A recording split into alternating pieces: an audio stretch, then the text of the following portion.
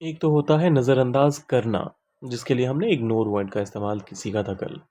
लेकिन नज़रअंदाज हो जाना या फिर किसी को आप इंटेंशनली इग्नोर नहीं करना चाहते, लेकिन वो मतलब इग्नोर हो जाता है, तो ऐसे में आप इस्तेमाल करते हैं गो अननोटिस्ड। समथिंग वेंट अननोटिस्ड मतलब किसी चीज़ पर बिल्कुल भी ध्यान नहीं गया या फिर वो पूरी तरह से नज़रअंदाज हो गया। H1 हिंदी 1-to-1 पर इसी डिटेल में समझते हैं थ्रू एग्जाम्पल्स। सबसे पहला एग्जाम्पल कहता है उसकी मेहनत नज़रअंदाज हो गई। हिज हार्ड वर्क, उसकी मेहनत, हिज हार्ड वर्क क्या हुई, नज़रअंदाज हो गई, तो गो का यहाँ पर वेंट और फिर unnoticed. His hard work went unnoticed. कुछ और एग्जाम्पल्स। यह छोटी गलती किसी के ध्यान में नहीं आई। This small mistake went unnoticed.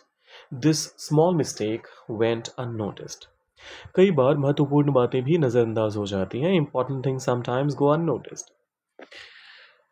अच्छा, कई बार कहा जा रहा है और यहाँ पर समटाइम्स का इस्तेमाल हुआ है। तो अगर मुझे इसे इंग्लिश में कहना होगा तो मैं कहूँगा often important things go unnoticed. भी का भी इस्तेमाल हुआ है। Even important things go unnoticed often. ठीक है, even important things go unnoticed often.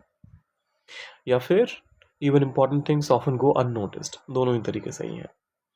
तुम्हारी यह बात कैसे नज़रअंदाज हो गई, इसका ट्रांसलेशन आप कमेंट में डालिए। जाने से पहले सब्सक्राइब, लाइक और शेयर कर दीजिएगा।